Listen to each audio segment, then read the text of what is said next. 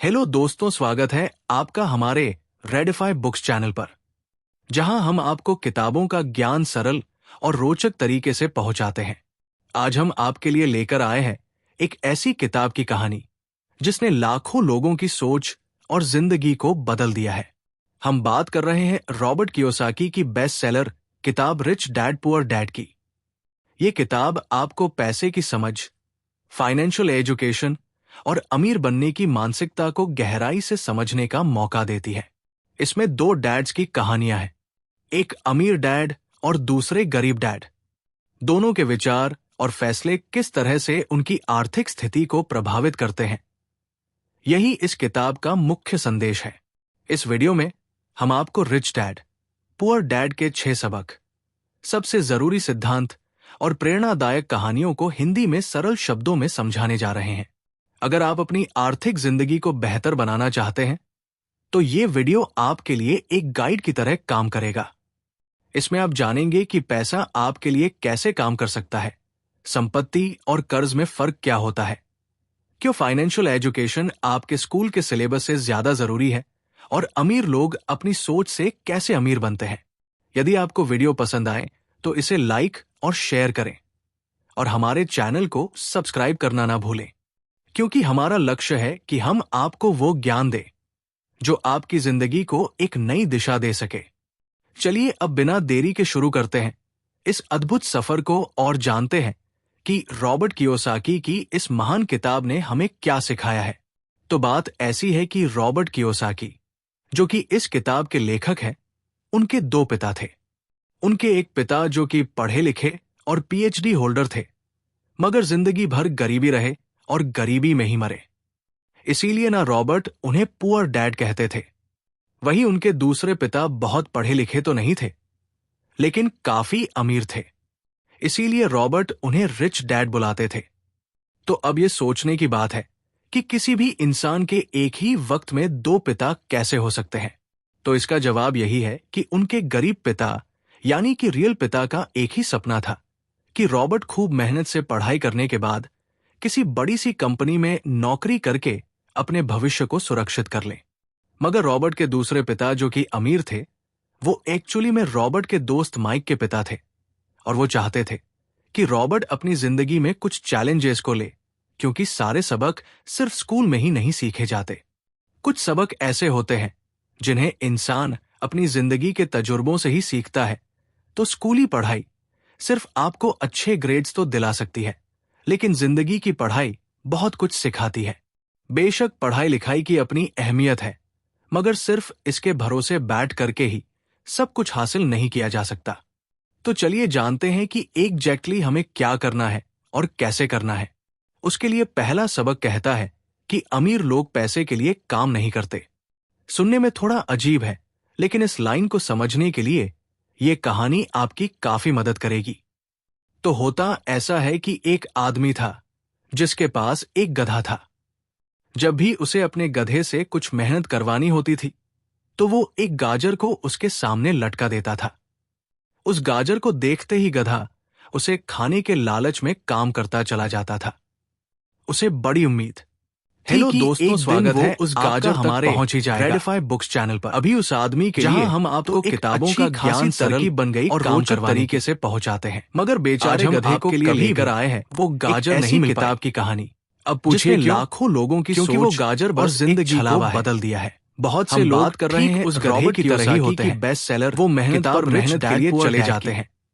ये किताब आपको पैसे की समझ, वो अमीर बन जाए, फाइनेंशियल एजुकेशन, मगर पैसा अमीर बनने की मानसिकता को गहराई से समझने का मौका देती है। इस सपने के पीछे 2 डैड्स की कहानियां हैं। तक कभी नहीं पहुंच सकते। अमीर डैड तो पैसे के लिए काम करने की बजाय दोनों के विचार अपने लिए और काम करने दीजिए। किस तरह से उनकी आर्थिक स्थिति को प्रभावित करते हैं, तो सिर्फ पैसे कमाने के लिए किताब का मुख्य संदेश है। क्योंकि जिस वीडियो में से हम अमीर बनने की राह में कदम बढ़ाते हैं, डैड के 6 हमारा डर और लालच से जरूरी हम पर हावी होने लगता है, और प्रेरणादायक कहानियों को हम गरीब सरल शब्दों में समझाने जा रहे हैं। अगर आप अपनी डर आर्थिक जिंदगी को बेहतर बनाना चाहते हैं में जुट जाते हैं, तो ये वीडियो हमारा लालच एक गाइड की तरह हावी होने लगता है।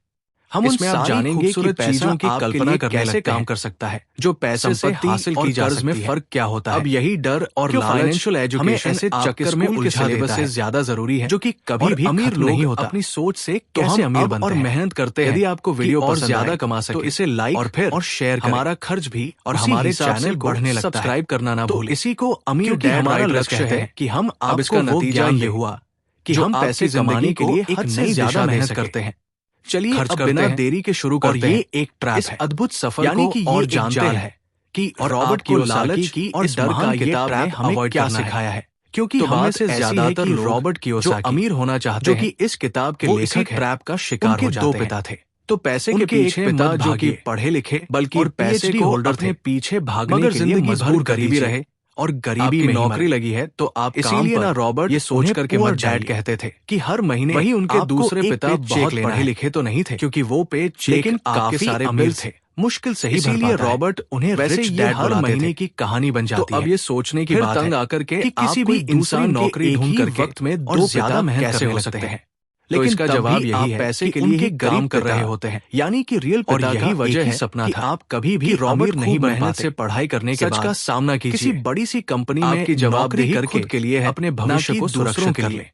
मगर रॉबर्ट के दूसरे पिता जो कि अमीर थे वो आप खुद से पूछिए। एक्चुअली में रॉबर्ट के दोस्त उनका जवाब सिर्फ आपके ही पास वो चाहते थे क्या आप रॉबर्ट अपनी जिंदगी कर रहे हैं कुछ चैलेंजेस को ले, जिंदगी में सिक्योरिटी रहे सबक एक ऐसी नौकरी जहां से आपको निकाले जाने का ऐसे होते हैं जिन्हें फिर आप सिर्फ दो पैसे कमाने के तजुर्बों से ही सीखता है। और तो आपको लगता है कि एक दिन आपको इस तरीके से अमीर हो जाएंगे है, लेकिन जिंदगी की पढ़ाई को सेटिस्फाई करने के लिए काफी है। बेशक आपका जवाब है कि अपनी अहमियत है, आपकी सोच पर बड़ा अफसोस इसके भरोसे बैठ करके आपने जो अमीर बनने का सपना देखा है ना, वो कभी पूरा नहीं होने वाला। एग्जैक्टली हमें क्या करना है, गरीबी में ही कैसे करना है। लेकिन अगर आपका जवाब कहता है कि अमीर लोग पैसे के लिए काम नहीं करते, कि सबसे पहले अजीब अपने मन से इस लाइन को समझने के लिए, क्योंकि ज्यादा पैसा ना कमा पाने का डर और लालची तो होता आपको बगैर सोचे एक आदमी काम करने के लिए जिसके पास एक गधा था और हमारा यही कदम हमें अपने गधे से कुछ मेहनत करवानी होती थी तो वो एक गाजर को उसके सामने लटका देता था। उस गाजर को देखते ही गधा उसे खाने के लालच में काम करता चला जाता था, उसे बड़ी उम्मीद तरफ धकेलता है। बेशक हम सबके अंदर डर और चाहत की भावना होती है और ये नेचुरल है, लेकिन उन्हें खुद पर इतना हावी ना होने दीजिए कि हम उनके बस में हो करके उल्टे सीधे फैसले लेने लग जाएं। बेहतर होगा कि हम जो भी करें पहले उसके बारे में खूब सोच लें, हमेशा दिल से नहीं बल्कि दिमाग से काम लें।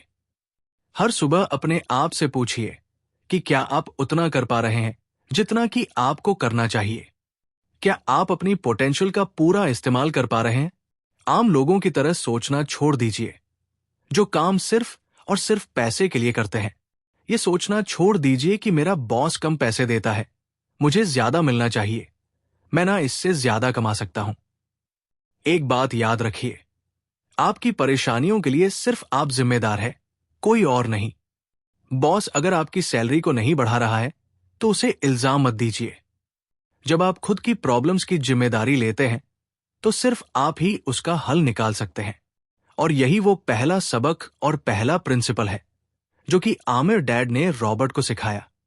इस सबक का एक पार्ट यह भी था कि अमीर डैड ने उन्हें एक कन्वीनियंस स्टोर में काम करने पर लगा दिया। उन्हें इस काम के कोई पैसे नहीं मिले, वो बस काम करते रहे और इसका फायदा यह हुआ कि वो अपने दिल से काम में लगे रहें और इस दौरान कई नए आइडियाज उनके दिमाग में आते रहें।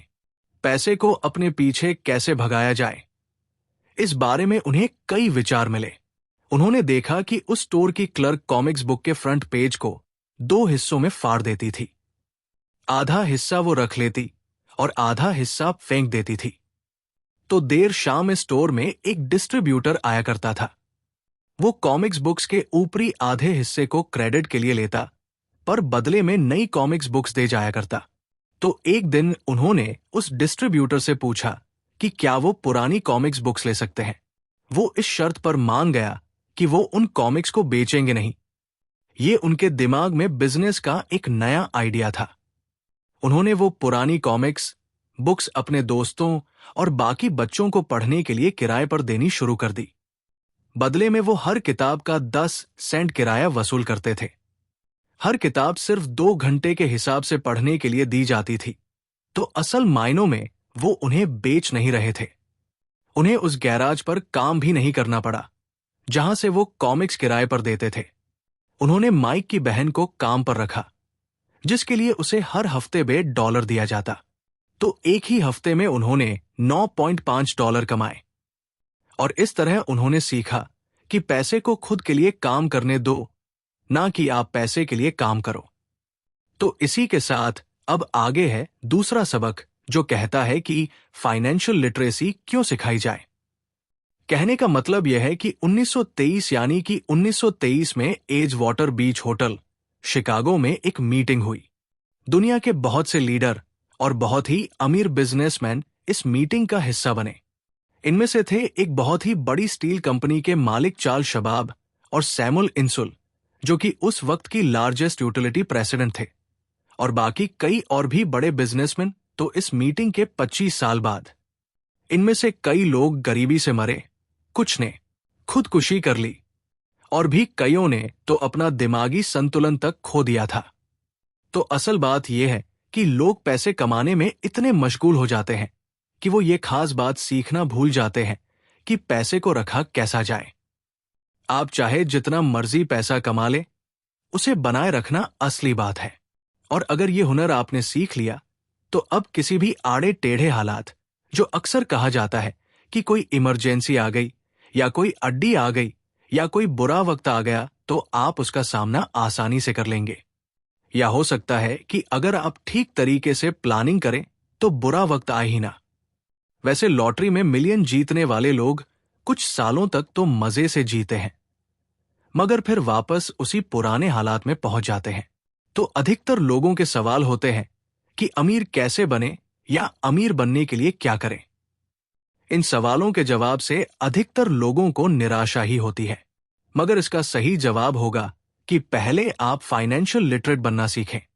देखिए, अगर आपको एम्पायर स्टेट बिल्डिंग खड़ी करनी है, तो सबसे पहले आपको एक गहरा खड्डा खोदना पड़ेगा, फिर उसके लिए एक मजबूत नींव रखनी पड़ेगी। लेकिन अगर आपको एक छोटा सा घर बनाना हो, तो एक 6 इंच कंक्रीट स्लैब डाल करके भी आपका काम चल जाएगा। मगर अफसोस तो इसी बात का है कि हम में से ज्यादातर लोग 6 इंच स्लैब पर एक एम्पायर स्टेट बिल्डिंग खड़ी करना चाहते हैं, और वो ऐसा करते भी हैं। तो जाहिर सी बात है कि बिल्डिंग टूटेगी ही टूटेगी। गरीब डैड रॉबर्ट से बस यही चाहते थे कि वो खूब पढ़ाई करें, लेकिन अमीर डैड उसे फाइनेंशियली लिटरेट बनाना चाहते थे। ज्यादातर स्कूल सिस्टम बस घर बनाना सिखाते हैं, मजबूत फाउंडेशन नहीं। स्कूली शिक्षा और पढ़ाई की अपनी अहमियत है, मगर असल जिंदगी में यही सब कुछ नहीं है। और इसी के साथ आगे है तीसरा सबक, जो कि कहता है कि लायबिलिटीज और एसेट्स के बीच में फर्क समझे और हमेशा एसेट्स खरीदे। वैसे सुनने में ये बड़ी आसान सी बात लगती है ना, लेकिन यही एक नियम है जो आपको अमीर बनाने में मदद करेगा। अक्सर गरीब और मिडिल क्लास लोग लायबिलिटीज को, यानी कि जिम्मेदारियों को एसेट समझ लेते हैं, यानी कि अपनी संपत्ति समझ लेते हैं। मगर अमीर जानता है कि असल में एसेट्स होते क्या है, और वो वही खरीदता है अमीर डैड। किस यानी कि KISS किस प्रिंसिपल में यकीन रखते हैं, जिसका मतलब है कीप इट सिंपल स्टूपिड। उन्होंने लेखक और उसके दोस्त माइक को यही सिंपल बात सिखाई, जिसकी बदौलत वो इतनी मजबूत फाउंडेशन रखने में कामयाब रहे। इसी की यही सिंपल बात है कि लायबिलिटीज यानी कि अपनी जिम्मेदारियों और एसेट्स यानी कि संपत्ति के बीच में फर्क को समझे और एसेट्स खरीदे। लेकिन अगर ये इतना ही सिंपल है तो हर आदमी अमीर होता है ना। मगर यहां पर मामला उल्टा है। ये एक्चुअली में इतना सिंपल है कि हर कोई इस बारे में सोचता तक नहीं है। लोगों को लगता है कि उन्हें लायबिलिटीज और एसेट्स के बीच में फर्क पता है, मगर उन्हें सिर्फ लिटरेसी के बारे में मालूम है, फाइनेंशियल लिटरेसी के बारे में नहीं। मतलब ये कि इनकम स्टेटमेंट को प्रॉफिट और लॉस का स्टेटमेंट मानकर चलना चाहिए। इसका सिंपल सा मतलब है कि इनकम यानी कि आपके पास कितना पैसा आया, और एक्सपेंस यानी कि आपके पास से कितना पैसा खर्च हुआ। बैलेंस शीट एसेट्स और लायबिलिटीज के बीच बैलेंस बताती है।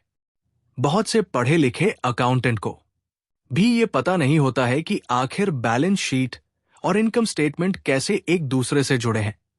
और अगर हम इस बात को समझना चाहें तो एसेट्स वो चीजें होती हैं जो आपके लिए पैसे कमाने का काम करती है। मान लीजिए आप कोई घर खरीद करके उसे किराए पर देते हैं, तो उसी किराए से आप वो लोन भी चुका सकते हैं जो आपने घर खरीदने के लिए लिया था। अब घर भी आपका हुआ और उससे मिलने वाला किराया भी। इसके उलट लायबिलिटीज आपकी जेब से पैसे खर्च करवाती है, जैसे कि घर खरीद करके उसमें रहने से आपको कोई किराया नहीं मिलने वाला। तो अब आप समझ गए होंगे कि अगर अमीर बनना है तो एसेट्स खरीदिए और गरीब ही रहना है तो लायबिलिटीज।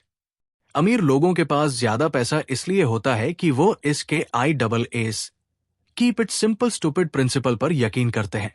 वही दूसरी तरफ गरीब लोग इस प्रिंसिपल को ठीक से समझ ही नहीं पाते। इसीलिए इस बात पर जोर दिया जा रहा है कि सिर्फ लिटरेट नहीं बल्कि फाइनेंशियल लिटरेट बनिए।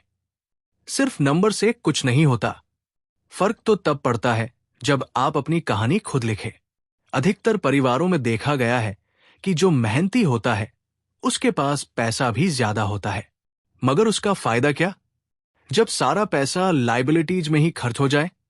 तो आइए समझते हैं कि मिडिल क्लास आदमी अपना पैसा किस तरीके से खर्च करता है, और अगर यही उनका तरीका रहता है तो सारी जिंदगी वो मिडिल क्लास ही बनकर रहेंगे, या क्या पता उससे भी नीचे चले जाएं। क्योंकि आप देख सकते हैं कि उनका सारा पैसा लायबिलिटीज यानी कि जिम्मेदारियों में ही खर्च हो रहा है। कभी मॉर्टगेज, कभी रेंट, कभी car loan, house loan, credit card का बिल फीस, बिजली का बिल और भी ना जाने क्या क्या। उनकी सारी कमाई इसी में खर्च हो जाती है। दूसरी और गरीब लोग हैं जिनकी कोई लायबिलिटी तो नहीं है मगर उनके कोई एसेट्स भी तो नहीं होते। वो भी पैसा कमाते हैं, सैलरी पाते हैं, मगर हर रोज के खर्चों में उनका सारा पैसा उड़ जाता है। माना कि एक गरीब आदमी $1000 कमाता है, उसमें से $300 वो अपने छोटे से घर के किराए में खर्च करता है, $200 उसके आने जाने का किराया, $200 टैक्स और $300 खाने और कपड़ों में खर्च हो जाता है। तो अब उसके पास बचा क्या? कुछ भी नहीं। और कभी कभी तो उधार लेकर के भी उसे काम चलाना पड़ता है, जिससे कि वो और भी ज्यादा गरीब हो जाता है। इसके विपरीत अमीर लोग एसेट्स खरीद के रखते हैं, फिर उनके वो एसेट्स उन्हें और पैसा कमा कर देते हैं। उनकी कमाई इस तरह 2 से 4, 4 से 8 होती जाती है। अधिकतर अमीर लोग दिमाग से काम लेते हैं और वो घर लोन पर लेकर उसे किराए पर लगा देते हैं। बिना मेहनत के हर महीने किराया मिलता है, जिससे वो अपना लोन भी चुकता कर लेते हैं। इसे कुछ यूं समझते हैं, आप मानिए कि लोन की इंस्टॉलमेंट $100 है, तो ये अपने घर का $2 किराया वसूल करेंगे। $1 बैंक को देंगे और डॉलर्स अपनी जेब में तो हो गया ना। बिना मेहनत के पैसा कमाना तो एक्चुअली में अमीर डैड और गरीब डैड के बीच बस सोच का फासला है।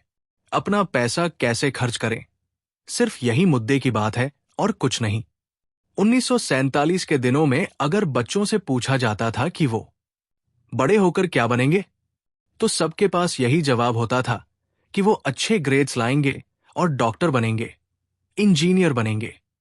तब सबको यही लगता था कि अच्छे ग्रेड्स लेकर के वो बहुत पैसा कमा सकेंगे। हालांकि उनमें से बहुत बच्चे आज बड़े होकर के डॉक्टर बन चुके हैं। बावजूद इसके उनमें से काफी लोग आज भी फाइनेंशियली स्ट्रगल करते नजर आएंगे, क्योंकि उन्हें हमेशा यही लगा कि ज्यादा पैसा कमाने से उनकी सारी परेशानियां दूर हो जाएंगी। मगर आज के दौर में ऐसा नहीं है।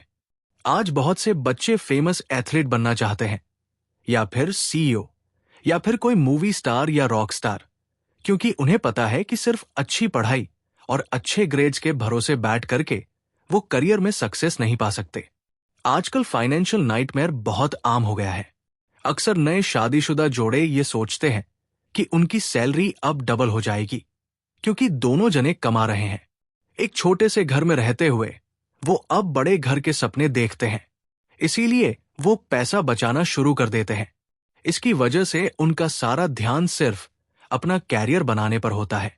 उनकी कमाई बढ़ने लगती है तो जाहिर है उसी हिसाब से खर्चे भी बढ़ेंगे।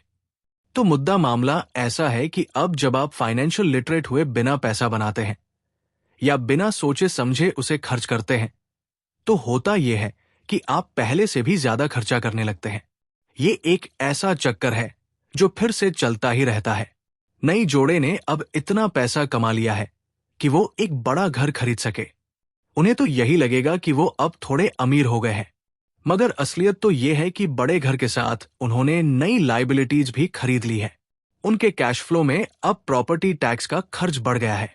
अब उन्हें एक नई गाड़ी भी चाहिए, फर्नीचर भी चाहिए। सब कुछ नया, उनकी लायबिलिटीज बढ़ती ही चली जा रही है और ज्यादातर होता यही है कि इनकम के साथ साथ खर्चे भी बढ़ने लगते हैं। फिर एक दिन अचानक इस सच्चाई का खुलासा होता है, मगर तब तक हम इस राइट रेस में बुरे तरीके से फंस चुके होते हैं। फिर ऐसे ही लोग हमारे लेखक रॉबर्ट के पास आकर के पूछते हैं कि अमीर कैसे बना जाए। अब यही सवाल तो मुसीबत की जड़ है, क्योंकि सबको लगता है कि पैसा ही हर चीज का इलाज है। ये मानना ही एक बड़ी गलती है। उनकी समस्या ये नहीं है कि वो ज्यादा पैसा नहीं कमा रहे, बल्कि ये है कि जो कुछ उनके पास है उसे हैंडल कैसे करें। वैसे एक कहावत है जो यहां पर लागू होती है, जब तुम खुद को एक गहरे गड्ढे में पाव दो और खोदना छोड़ दो। क्योंकि ज्यादातर लोग पब्लिक स्पीकिंग से घबराते हैं। मनोचिकित्सक यानी कि साइकेट्रिस्ट का मानना है कि लोग इसलिए घबराते हैं क्योंकि उन्हें रिजेक्शन का डर होता है, औरों से अलग होने का डर होता है। लोग हमारे बारे में क्या सोचेंगे, या हम पर वो कहीं हंसेंगे तो नहीं। बस यही सोचकर कि ज्यादातर लोग पब्लिक स्पीकिंग से दूर भागते हैं। वो वही करना पसंद करते हैं जो सब कर रहे होते हैं। ऐसे लोग खुद को भीड़ का हिस्सा बना करके संतुष्ट हो जाते हैं। आपका घर आपका सबसे बड़ा एसेट है। लोन लीजिए।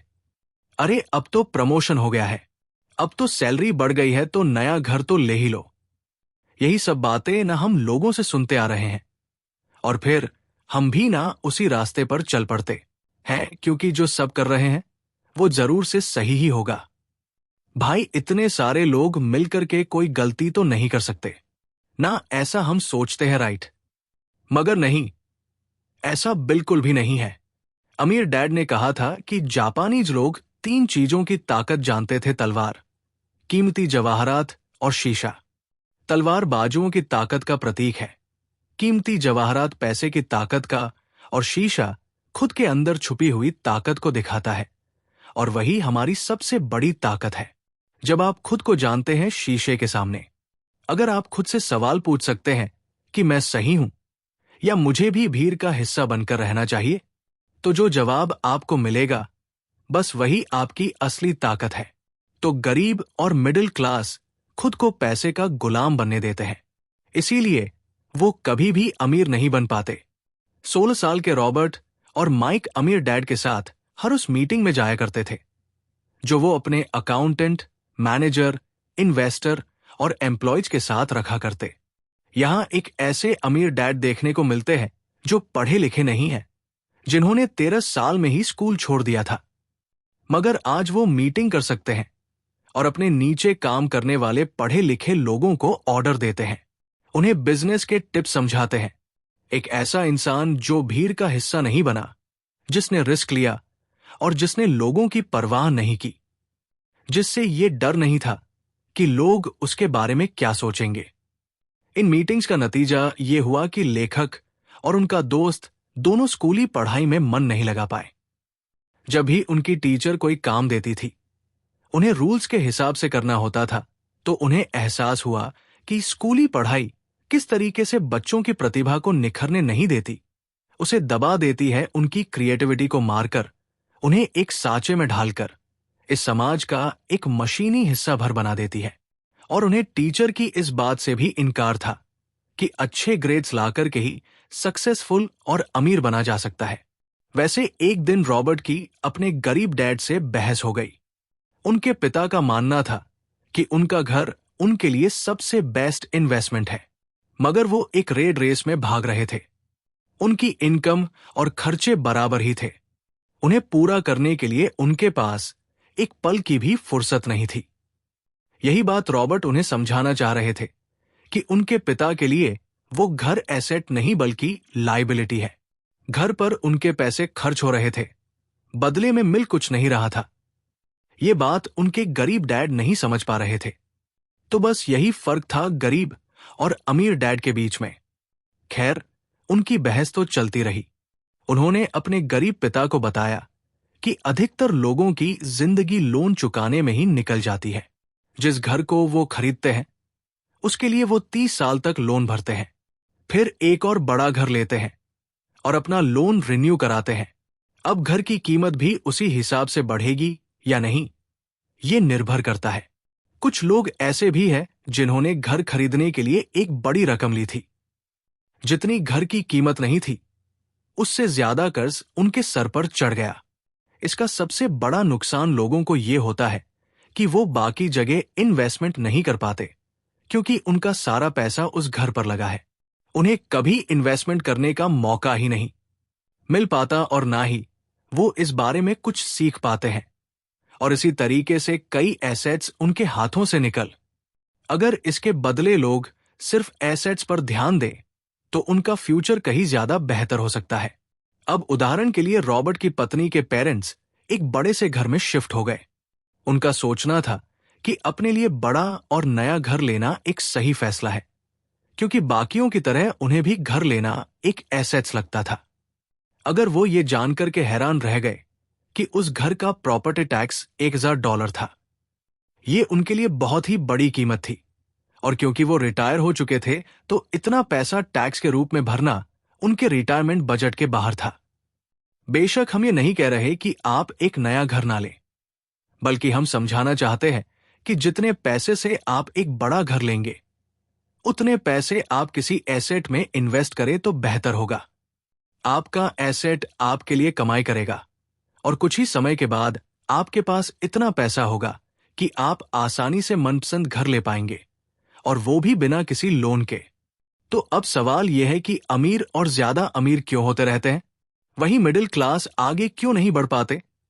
इसके पीछे भी ना एक वजह है, और कारण एकदम सिंपल है। अमीर एसेट खरीदते हैं जो कि उनका पैसा दुगना करता रहता है। उस पैसे से उनके सारे खर्चे मजे में निपट जाते हैं। और मिडिल क्लास क्या करते हैं? वो तो बस महीने की एक तारीख का इंतजार करते हैं। जब उनकी सैलरी आई तो सारी की सारी सैलरी तो खर्चों को पूरा करने में खत्म हो जाती है, तो इन्वेस्टमेंट कहां से होगा? और फिर जब सैलरी बढ़ती है तो उस पर टैक्स भी बढ़ जाता है, और उसी हिसाब से बाकी खर्चे भी। और फिर अंत में वही राइट रेस चलती रहती है। कहने का मतलब यह है कि एक कर्ज में डूबा समाज जहां पर हम रहते हैं। मतलब ये कि अपने घर को एसेट समझना ही वो रीजन है जो कि हमें कर्ज के बोझ तले दबाती है। आज यही अधिकतर लोगों की सोच है। अगर सैलरी बढ़ी है तो लोग सोचते हैं कि अब वो बड़ा सा घर ले सकते हैं, क्योंकि उन्हें ये अपने पैसे का सही इस्तेमाल लगता है। इसके बदले अगर वो पैसा सही जगह लगाया जाए तो उनकी जिंदगी हमेशा के लिए बदल सकती है। लेकिन ऐसा हो नहीं पाता, क्योंकि उनका सारा वक्त हाड़तोड़ मेहनत करने में चला जाता है। अपनी नौकरी को सेफ जोन समझ करके वे उससे अलग कुछ सोच ही नहीं पाते, और साथ ही उन पर कर्ज का इतना बोझ होता है कि वो नौकरी छोड़ने का रिस्क ले ही नहीं सकते। अब जरा खुद से सवाल कीजिए कि आज आप नौकरी छोड़कर बैठ जाते हैं तो कितने दिन आपका गुजारा चलेगा? क्योंकि अगर आप फाइनेंशियली इलिटरेट नहीं है, अगर आपने सारी उम्र सिर्फ सैलरी के भरोसे ही काटी है और एसेट्स के बदले आपने लायबिलिटीज पाल ली है, तो यकीनन आपकी जिंदगी बहुत ही कड़ी चुनौती है। सिर्फ नेटवर्थ के भरोसे आपका काम नहीं चल सकता। नेटवर्थ बताता है कि आपके पास वाकई में कितना पैसा है, चाहे वो गैराज में पड़ी पुरानी कार के रूप में ही क्यों ना हो। अब भले ही वो कार कुछ काम की ना हो, जबकि वेल्थ का मतलब है कि आपके पास जो पैसा है उससे आप कितना और पैसा कमा रहे हैं। जैसे कि मान लीजिए कि आपके पास कोई एसेट है जिससे हर महीने मुझे $3000 की कमाई हो जाती है और हर महीने आपके $6000 खर्च होते हैं, तो मैं सिर्फ आधे महीने ही अपना गुजारा कर पाऊंगी। तो सलूशन ये होगा कि अपने एसेट से मिलने वाले पैसे को आप बढ़ा दें। जब वो $6000 आपको मिलने लगेगा तो आप रातों रात अमीर नहीं हो जाएंगे, मगर इस तरह आप वेल्थी होने लगेंगे। अब अगर आप अचानक नौकरी छोड़ते भी हैं तो आपके एसेट्स आपका सारा खर्च कवर कर लेंगे। अब वेल्थी तभी बन पाएंगे जब आपके खर्च आपके एसेट्स की ग्रोथ से कम रहें। और इसी के साथ आगे है चौथा सबक, जो कहता है कि अपने काम से काम रखें। दुनिया की सबसे बड़ी फूड चेन मैकडॉनल्ड के फाउंडर रे क्रॉक ने एक एमबीए क्लास में की स्पीच थी। ये 1947 की बात है। उनकी ये स्पीच बड़ी ही शानदार थी। लोगों को प्रेरित करने वाले स्पीच के बाद जब एमबीए क्लास के स्टूडेंट्स ने कुछ वक्त उनके साथ बिताने की गुजारिश की तो वो उनके साथ बियर पीने चले गए। बातों बातों में रे ने अचानक एक सवाल किया कि क्या आप लोग जानते हैं कि मैं किस बिजनेस में हूं? अब ये बात तो सबको मालूम थी कि वो हैमबर्गर बेचते थे। इस बात पर वो हंसने लगे और बोले कि उनका असल बिजनेस तो रियल एस्टेट है, क्योंकि मैकडॉनल्ड के लिए हर लोकेशन का चुनाव सोच समझ कर किया जाता है। जहां उसकी फ्रेंचाइज बनाई जाती है वो जमीन भी साथ ही बेची जाती है। तो इसका सीधा सा मतलब है कि मैकडॉनल्ड की फ्रेंचाइज खरीदने वाले को वो जमीन भी खरीदनी पड़ती थी। तो इस तरीके से ये एक रियल एस्टेट बिजनेस भी हुआ। यही सबक अमीर डैड ने रॉबर्ट को सिखाया कि अक्सर लोग खुद के लिए छोड़कर के बाकी सब के लिए काम करते हैं। वो टैक्स पे करके गवर्नमेंट के लिए काम करते हैं। वो उस कंपनी के लिए काम करते हैं जहां वो नौकरी करते हैं। बैंक का मोटक देकर उसके लिए काम करते हैं। और ये सब इसलिए क्योंकि हमारा एजुकेशन सिस्टम ही ऐसा है। स्कूल हमें एम्प्लॉय बनना सिखाता है, ना कि एम्प्लॉयर जो आप पढ़ते हैं वही आप बनते हैं। अगर आपने साइंस पढ़ी है तो डॉक्टर, मैथमेटिक्स पढ़ी है तो इंजीनियर, मतलब जो भी आपने पढ़ा है वो आप बने। अब मुसीबत तो ये है कि इससे छात्रों का कोई भला नहीं हो पाता, क्योंकि वो नौकरी और बिजनेस के बीच के फर्क में उलझ कर रह जाते हैं। जब कोई पूछता है कि आपका क्या बिजनेस है तो आपको ये नहीं बोलना चाहिए कि मैं तो एक डॉक्टर हूं या एक बैंकर हूं, क्योंकि वो आपका प्रोफेशन है, बिजनेस नहीं। कहने का मतलब यह है कि आप जो भी करते हैं उसे अपना बिजनेस बनाइए, नौकरी नहीं। अपनी सारी उम्र दूसरों के लिए काम करके उन्हें अमीर करने में बर्बाद ना करें, बल्कि खुद की जिंदगी को खुशहाल बनाने के लिए काम करें। बहुत से लोगों को इस बात का एहसास बड़ी देर से होता है कि उनका हाउस लोन उनकी जान ले रहा है, और फिर उन्हें लगता है कि जिसे वो एसेट मानने की गलती कर रहे थे एक्चुअली कभी वो एसेट था ही नहीं। जैसे उन्होंने कार ली तो उससे जुड़े तमाम खर्चे उनकी लाइबिलिटीज बन गए, तो उनकी मुसीबतें शुरू हो जाती है। इसीलिए तो हम एसेट कॉलम पर इतना ज्यादा जोर दे रहे हैं, ना कि आपकी इनकम कॉलम पर। और यही फाइनेंशियली सिक्योर होने का सही तरीका है। आप कितने अमीर हैं ये जानने का सही तरीका नेटवर्थ इसलिए नहीं है, क्योंकि जब भी आप अपने एसेट बेचते हैं तो उन पर भी टैक्स लगता है। आपको उतना पैसा नहीं मिलता जितना कि आप सोचते हैं। आपके बैलेंस शीट के हिसाब से आपको जितना भी पैसा मिलेगा उस पर भी आपको टैक्स देना पड़ेगा। ये किताब आपको कभी ये सलाह नहीं देगी कि आप अपनी नौकरी छोड़ें। आप अपनी नौकरी करते रहिए और साथ ही एसेट्स भी खरीदते रहिए। और एसेट्स से मेरा मतलब है सही और असली मायने में एसेट्स। मैं ये नहीं कहूंगी कि आप कोई कार लीजिए, क्योंकि वो मेरी नजर में एसेट्स यानी कि संपत्ति नहीं है, क्योंकि जैसे ही आप उसे चलाना शुरू करते हैं वो अपनी कीमत का 25% खो देती है। अब किस तरह के एसेट्स खरीदे जाने चाहिए, यहां हम आपको कुछ उदाहरण देते हैं। ऐसा बिजनेस जहां आपकी मौजूदगी जरूरी ना हो, जो दूसरे लोग आपके लिए चलाएं, क्योंकि आप वहां पर ज्यादा वक्त देंगे तो वो बिजनेस नहीं, नौकरी होगी। दूसरा है रियल एस्टेट पर पैसा लगाएं। तीसरा है स्टॉक और बांड खरीदे। तो जब एसेट खरीदे तो अपनी पसंद की चीजों पर पैसा लगाएं, क्योंकि आपका मन होगा तभी आप उस पर ध्यान दे पाएंगे। अगर उसमें आपकी रुचि होगी तो आप उसे बेहतर समझ पाएंगे। रॉबर्ट को रियल एस्टेट और स्टॉक्स में रुचि थी, खासकर छोटी कंपनीज में इन्वेस्ट करना। अपने अमीर डैड की सलाह पर उसने अपनी नौकरी कभी नहीं छोड़ी। वो जॉब करता रहा, साथ ही अपने एसेट कॉलम को बड़ा और मजबूत बनाता चला गया। एक पैसा भी जो आप कमाते हैं उसे बेकार ना जाने दे। अपने पैसे को अपना गुलाम मानकर चलिए, जो कि आपके लिए काम करे। आप लग्जरी खरीदना चाहते हैं, शौक से खरीदे, कोई बड़ी बात नहीं। मगर ये ना भूले कि अमीर और मिडिल क्लास में यही सोच का फर्क है। जहां मिडिल क्लास पैसा आते ही पहले लग्जरी में खर्च करेगा, वही अमीर आदमी उसे अंत में खरीदेगा। और इतना समझ लेने के बाद अब अगले सबक में आप अमीर लोगों के सबसे बड़े सीक्रेट के बारे में जानेंगे। तो 5वां सबक कहता है कि अमीर पैसा इन्वेंट करते हैं। अलेक्जेंडर ग्राहम बेल ने टेलीफोन इन्वेंट करने के बाद उसे पेटेंट कर दिया था। इनका बिजनेस बढ़ा और संभालने में मुश्किल होने लगी, तो वो वेस्टर्न यूनियन गए और उन्हें अपना पेटेंट और छोटी सी कंपनी $1 लाख में बेचने की पेशकश की। उस वक्त की वेस्टर्न यूनियन के प्रेसिडेंट ने पेशकश को ठुकरा दिया। उन्हें ये दाम कुछ ज्यादा ही लग रहे थे। और फिर उसके बाद एक बड़ी कंपनी AT&T का जन्म हुआ। रॉबर्ट 1948 से प्रोफेशनल तौर पर पढ़ा रहे हैं। एक चीज जो हजारों लोगों को पढ़ाने के बाद उन्होंने जानी, तो वो ये कि उन सब लोगों में पोटेंशियल था।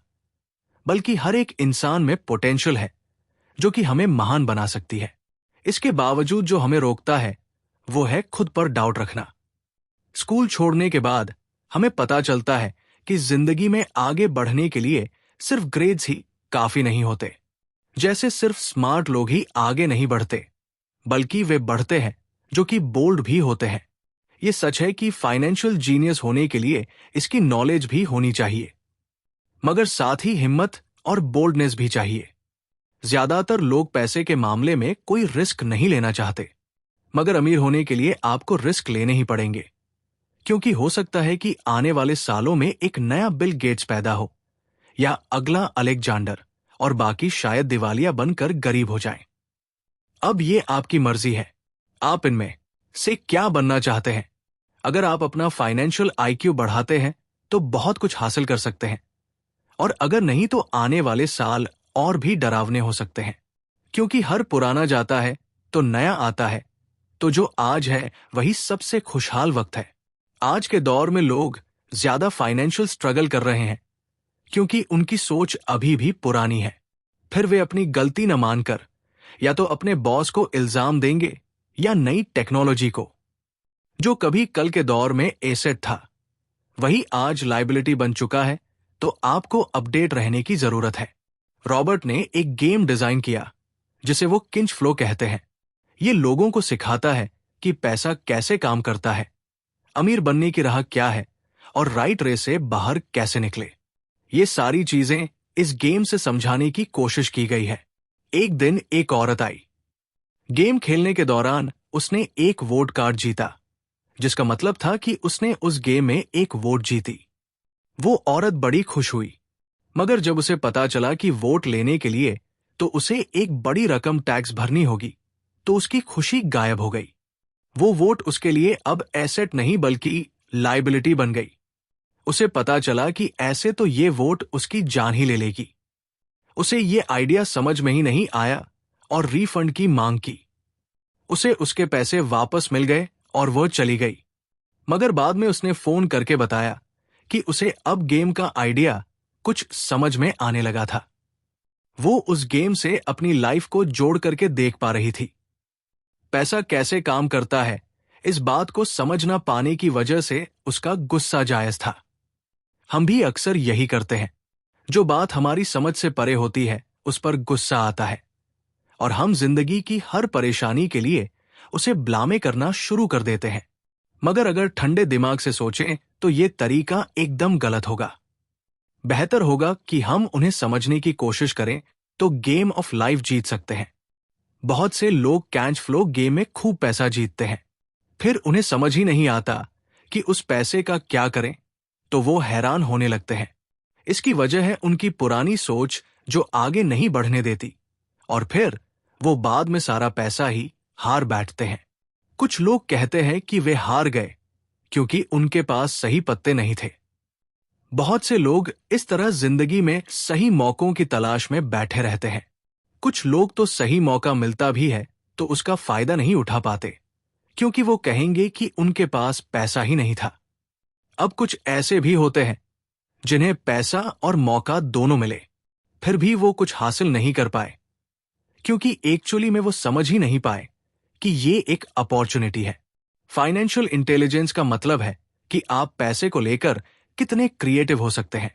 अगर आपको मौका मिलता है तो बगैर पैसे के आप क्या करेंगे? और अगर पैसा है मगर मौका नहीं, तो उस सूरत में आप क्या करेंगे? ये सब आपकी फाइनेंशियल इंटेलिजेंस पर निर्भर करता है। ज्यादातर लोग इस बात का एक ही सलूशन जानते हैं कि खूब मेहनत करके खूब पैसा कमाया जाए, लेकिन आपको सीखना है कि अपने लिए मौका कैसे पैदा किया जाए, ना कि उसके इंतजार में बैठे रहें। सबसे खास बात अमीरों की जो है वो के लिए तैयार रहेंगे।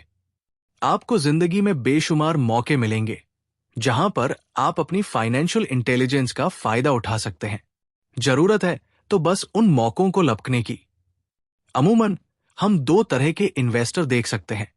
पहले, वो जो पैकेज इन्वेस्टमेंट खरीदते हैं, और ये काफी आसान और बगैर झंझट का काम है। दूसरे, इन्वेस्टर अपने लिए खुद ही इन्वेस्टमेंट क्रिएट करते हैं। इनको आप प्रोफेशनल भी कह सकते हैं। जितना ये इन्वेस्ट करते हैं, उससे कई गुना ज्यादा पैसा बना लेते हैं। अब अगर आप इस तरह के इन्वेस्टर बनना चाहते हैं, तो आपको खासतौर पर इन 3 स्किल्स को समझने की जरूरत है। पहली, ऐसी अपॉर्चुनिटी ढूंढिए जो कि बाकी न ढूंढ सके। याद रहे कि आपका दिमाग वो देख सकता है जो बाकियों की आंखें भी नहीं देख पाए। दूसरा है, पैसा बढ़ाइए। जब पैसे की जरूरत पड़े तो मिडिल क्लास केवल बैंक जाता है, मगर दूसरे टाइप के इन्वेस्टर पैसा बढ़ा करके कैपिटल रेस करते हैं। उन्हें हमेशा बैंक की जरूरत नहीं पड़ती। और आगे ये तीसरा, स्मार्ट लोगों को ऑर्गेनाइज कीजिए। इंटेलिजेंट लोग वो होते हैं जो अपने से ज्यादा स्मार्ट लोगों के साथ मिलकर के काम करते हैं। इसीलिए इन्वेस्ट करने से पहले अपने इन्वेस्टमेंट एडवाइजर को चुनें। मुझे मालूम है कि ये सब आपके लिए कुछ ज्यादा है, मगर इसके रिवॉर्ड्स तो बड़े ही शानदार हैं। जिंदगी में रिस्क बहुत है, लेकिन उन्हें हैंडल करना सीख करके ही आप अमीर बन पाएंगे। और इसी के साथ आगे है 6वां सबक, सीखने के लिए काम करें, पैसे के लिए नहीं। तो बात ऐसी है कि एक बार एक जर्नलिस्ट ने रॉबर्ट का इंटरव्यू लिया था। रॉबर्ट उसके आर्टिकल पहले भी पढ़ चुके थे और उस जर्नलिस्ट के लिखने के स्टाइल से बहुत ही प्रभावित थे। इंटरव्यू जब पूरा हुआ तो उस जर्नलिस्ट ने रॉबर्ट को बताया कि वो एक मशहूर लेखिका बनकर उनकी ही तरह एक दिन फेमस होना चाहती है। तो रॉबर्ट ने उनसे पूछा, तो ऐसा क्या है जो उन्हें मशहूर होने से रोक रहा है? इस सवाल के जवाब में उस जर्नलिस्ट ने कहा, उनकी जॉब आगे नहीं बढ़ पा रही है। इस पर रॉबर्ट ने सुझाव दिया कि उस जर्नलिस्ट को कोई सेल्स क्लास ज्वाइन कर लेनी चाहिए। जर्नलिस्ट ने बताया कि उनकी एक दोस्त उन्हें पहले ही ये ऑफर दे चुकी है, मगर उन्हें ये छोटा काम लगता है। वो ये भूल गई थी कि रॉबर्ट खुद कभी सेल्स स्कूल जा चुके थे। तो इस बात का पॉइंट ये है कि अगर आपके पास कोई टैलेंट है जिसके दम पर आप कुछ पैसा कमाना चाहते हैं, तो आपका टैलेंट काफी नहीं होगा, क्योंकि उस टैलेंट को कैसे भुनाया जाए, जब तक आप ये बात नहीं जानते, आपका टैलेंट यूं ही बेकार है। जब तक आप उसे लोगों के सामने पेश करने का हुनर नहीं सीख जाते, आप कुछ नहीं कमा सकते। तो बेचने की कला सीखने में कोई शर्म की बात नहीं है। किसी भी सेल्समैन को इसके लिए शर्मिंदा नहीं होना चाहिए। एक तो सबसे बड़ा फर्क अमीर डैड और गरीब डैड के बीच में था। वो ये है कि गरीब डैड हमेशा नौकरी की चिंता करते थे कि जॉब हमेशा सिक्योर रहे, क्योंकि एक सेफ जॉब ही उनके लिए सब कुछ थी। जबकि अमीर डैड हमेशा सिर्फ और सिर्फ कुछ सीखने पर जोर देते थे। अमीर बनने के लिए आपको बहुत कुछ सीखना पड़ेगा। इसके अलग पहलू को देखें तो स्कूल हमें रिवार्ड करते हैं किसी एक ही खास चीज में महारत के लिए। इसका एक उदाहरण देखिए, जब डॉक्टर मास्टर की डिग्री लेते हैं तो उसके बाद किसी एक स्पेशल फील्ड में डॉक्टरेट करते हैं, जैसे कि पीडियाट्रिक या कुछ और। मतलब एक छोटे से विषय पर उन्हें बहुत पढ़ना पड़ता है उस फील्ड में महारत के लिए, और यही उनका रिवार्ड होता है। ऐसे ही बहुत कुछ जानने के लिए जो थोड़ा बहुत आप सीखते हैं, वो नॉलेज तभी आएगी जब आप अलग अलग कंपनीज के लिए काम करेंगे, दुनिया की अलग अलग चीजों को जाएंगे, चीजें कैसे काम करती है ये सभी बातें अनुभव करेंगे तभी आपकी नॉलेज बढ़ेगी। शायद यही वजह थी कि अमीर डैड छोटे रॉबर्ट और माइक को अपने साथ लेकर जाते थे जब वे अपने डॉक्टर, अकाउंटेंट्स, लॉयर या किसी प्रोफेशनल से मिलने जाते। जब रॉबर्ट ने मैरिन कॉर्प्स ज्वाइन करने के लिए अपनी हैपिंग जॉब छोड़ी तो उसके गरीब मगर पढ़े लिखे पिता समझ नहीं पा रहे थे कि रॉबर्ट ने ऐसी शानदार नौकरी क्यों छोड़ी। वे गलत तरह से इस फैसले से सख्त निराश हुए।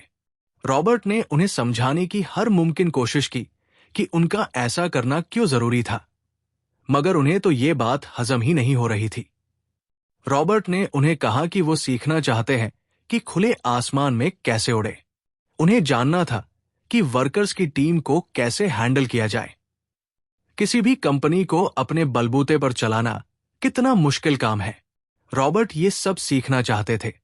वियतनाम से लौटने के बाद रॉबर्ट ने अपनी जॉब से रिजाइन कर दिया और जेरोक्स कॉर्प्स को ज्वाइन कर लिया। उन्हें ये नौकरी किसी फायदे के लिए नहीं चाहिए थी। वो इतने शर्मीले थे कि किसी को कुछ भी बेचने के ख्याल से ही उन्हें पसीना आ जाता। अपनी इसी कमी को दूर करने के लिए उन्होंने जेरोक्स के सेल्स ट्रेनिंग प्रोग्राम की शिक्षा ली। इसके बाद रॉबर्ट ने खुद अपनी कंपनी की शुरुआत की और अपना पहला शिपमेंट भेजा।